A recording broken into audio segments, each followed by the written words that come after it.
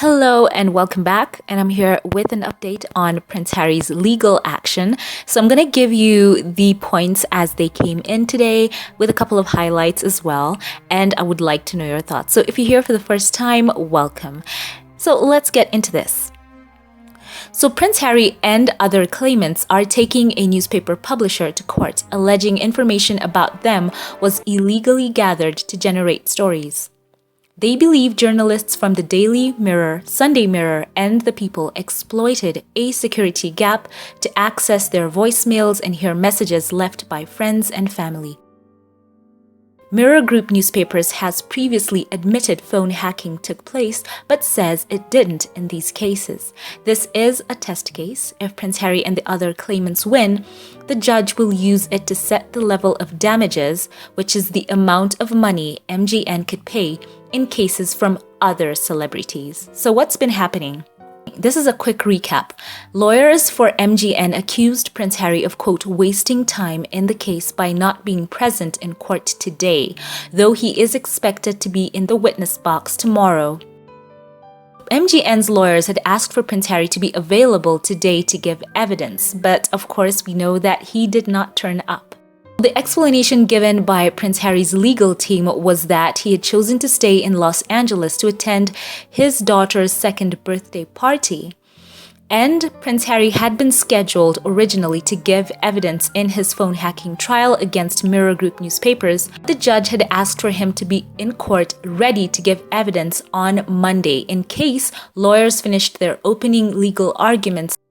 So they in fact had known he might be there on Tuesday, but the judge had asked for him to be there on Monday in case the lawyers finished their opening legal arguments earlier than expected.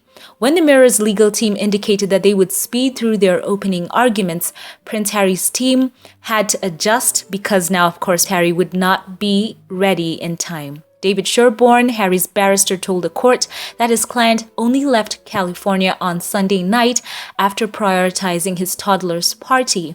As a result, Prince Harry would not be available to give evidence in London on Monday afternoon.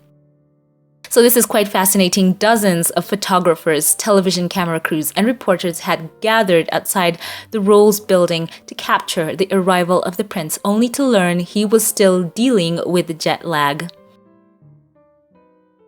So according to reports, the judge, Mr. Justice Fancourt, was visibly displeased by Prince Harry's failure to be ready to give evidence. Although, in diplomatic legal language, he simply said that he was, quote, a little surprised by the prince's absence, given the case is being heard without a jury.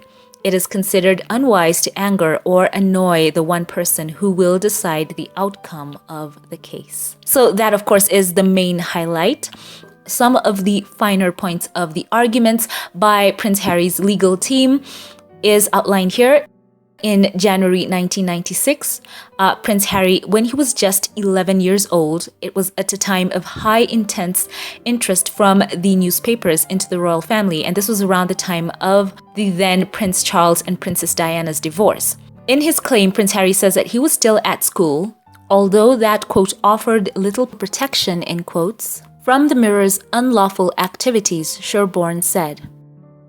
He presented a note showing the instruction of the notorious Media Investigations, a trade name for a firm run by a private investigator, Jonathan Rees. The payment was made on the 3rd of January 1996 in relation to, quote, Tiggy. This was Tiggy Legburg, who was Harry's nanny and later guardian, Sherborne said. The journalists who wrote the articles presented as part of Harry's claim were all frequent users of the unlawful methods of information gathering and therefore were highly likely to use the same methods in respect to stories about Harry, Sherborne said. Prince Harry's lawyer said that he was subjected to unlawful activities from when he was a young boy at school, past the tragic passing of his mother, through Sandhurst Army training, and then young adulthood. There was no area of Harry's life that was untouched by the press interest, including relationships he formed. Sherborne said, quote, nothing was sacrosanct and out of bounds. There was no protection from these unlawful methods, end quotes. So Sherborne said it was, quote, obvious stories about Prince Harry's private life drove sales for Mirror Group newspapers, MGN. Harry is claiming that journalists and investigators working for the publisher used unlawful methods to gather information, including phone hacking. At the heart of the case are 207 newspaper stories published between 1991 and 2011, some 67% of which were written about Prince Harry. And alongside the Duke, Coronation Street actors Michael Turner, known professionally as Michael Lavelle, and Nikki Sanderson, as well as Fiona Whitman, the ex-wife of the comedian Paul Whitehouse, have also brought claims against the publisher. So Prince Harry, as we all know, will be making history as the first senior royal to testify in a court of law for more than 130 years when he steps into the witness box on Tuesday. He will be cross-examined both on Tuesday and Wednesday, although the trial itself will run until the end of June. And Harry is also part of a wider case of more than 100 claimants, including actor Ricky Tomlinson, former Girls Aloud member Cheryl, footballer and TV presenter Ian Wright, among others, all alleging that MGN used illegal means such as phone hacking to obtain stories about them in the past. Only 4 representative claims by individuals will be heard in court. Prince Harry, those from Coronation Street actors Michael Turner and Nikki Sanderson, as well as Fiona Whitman. So Prince Harry will be questioned by the Mirror's barrister Andrew Green about articles with headlines such as, quote, Harry is a Chelsea fan, and, quote, hooray, Harry's dumped, end quote, stories which detail his relationship with ex-girlfriend Chelsea Davy. He will also answer questions about his relationship with the former Mirror editor and now vocal critic of the Sussexes, Piers Morgan, amid claims that he knew about the phone hacking scandal. Morgan denies such allegations. So in addition to an ongoing libel case against the Mail on Sunday, Harry currently has 3 separate claims ongoing relating to the phone hacking and illegal information gathering. The cases are against the newspaper publishers, Mirror Group newspaper, News Group newspapers, and Associated newspapers. So there was another instance where Sherborne referred to another article from 2000 concerning Harry's 16th birthday, which he argued was another occasion of unlawful information gathering. It's a small story, Sherborne said, about Harry's birthday celebrations. Harry turned up, quote, unannounced at a pub, but a photographer knew he would be there, Sherborne said. The column 3 a.m., which the story appeared in, had a history of phone hacking. The journalists involved had been involved in admitted unlawful information gathering, Sherborne said. And articles about Harry's personal distress had, quote, telltale signs of unlawful information gathering, Sherborne said, given that Princess Diana was a, quote, huge target of the Daily Mirror. Evidence of interception of Diana's phone when Piers Morgan was editor are in documents related to Michael Barrymore, the light entertainer. Journalists would have learned details of Harry's life in Diana's voicemails, Sherborne said. So another claim he also put forth was saying, this one is quite fascinating. There was a story in The People in 2003 that detailed an apparently private disagreement between Princes William and Harry over how to handle their late mother's former butler, Paul Burrell. At the time, he was accused of talking to the media about her private affairs. David Sherborne for the Duke of Sussex told the court that Rachel Bletchley, the journalist who bylined on this story, can be linked to numerous payments to private investigators. MGN defended their story, saying it came from a, quote, confidential source who specialized in royal matters. But Mr. Sherborne said, quote, we don't have Miss Bletchley coming along to vouch who that source is. The seed of discord between these two brothers are starting to be sown. Trust begins to erode. So you can see the story there in black and white. It seems to be some type of communication between the brothers in a newspaper. What? That is huge. Share your thoughts on that below. Sherborne also gave more examples of stories that he said were linked to unlawful activities. He said, quote, these methods acted like a web around the prince in the hope it would catch the valuable information that it sought through these unlawful means, some of which made it into stories, end quote. So I'm going to add here and say, if these outlets said that they have sources, let those sources come forward, because it looks like that seemed to be a type of personal communication between those princes in that last article that I showed you. And how could a source, a third party, come forward and have it in print right there where Harry is saying that must have been as a result of phone hacking? So Mirror Group Newspapers has told the court that in a vast majority of the sample, that it can show the story was legitimately sourced, but the judge will decide who is right. Let's pray for this judge to have wisdom. And they say that the earliest allegation to be tested dates from 1996, when the Daily Mirror reported the prince's mother, Diana, had spent just 20 minutes with him on his 12th birthday.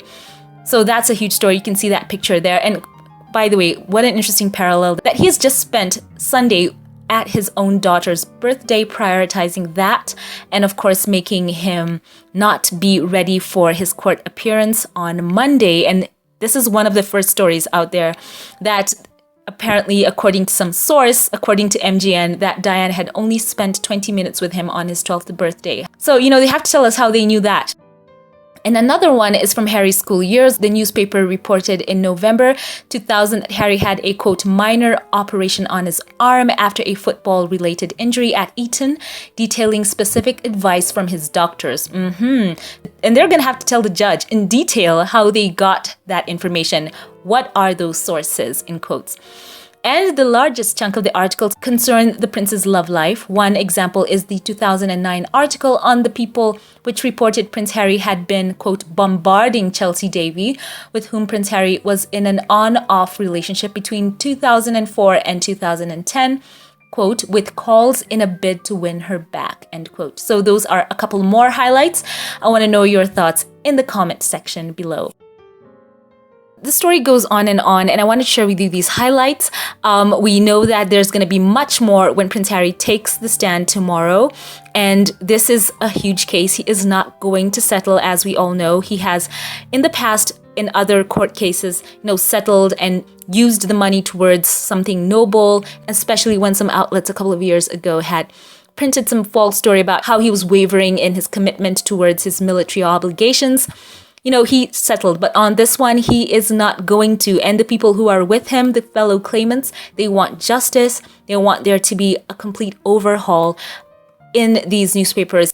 And MGN saying that they have had these illegal practices in the past and saying that this does not apply in some of these cases, and saying, as a by the way, that they brought their claims a bit too late. That does not fly with a lot of the public in the UK. It doesn't matter if whatever side of the aisle people are on, people who do not like Harry, people who like Harry. This is a case of right and wrong, black and white. So let's see how this goes forward. Share your thoughts with me in the comment section below. I want to know your thoughts. Before we log off, as always, a special thank you to those who support my work on YouTube. Your support means so very much to me. And I want to shout out a couple of you here by name. A special thank you to you, Lala. Thank you so much for giving to my work, for being such a tremendous support. God bless you. Thank you to HRH Leo, who has chosen to support my work through Patreon. I do value you, and I want to say that your giving means so much to me. I pray for God to bless you abundantly. Thank you so very much. And thank you to Leola Brown as well. Thank you for all the ways you choose to engage on this channel, for your comments, for your love, for your support. God bless. And now a special thank you to one of the newer supporters of this channel here. Thank you to Lauren Watson, who's chosen to become a Patreon supporter of this channel. God bless you. I appreciate you. Welcome aboard. I'm so grateful to God for you, and I want to say that I love you. Thank you. I pray for God's blessings upon you. Once again, leave all your thoughts on these stories below. Thank you for watching. If you want to watch more videos, click the links at the cards and at the end screens, and I will check you out there. Give this one a thumbs up and click subscribe. It does help out the channel. Thank you all so very much, and I will catch you in the next one. Have a blessed one.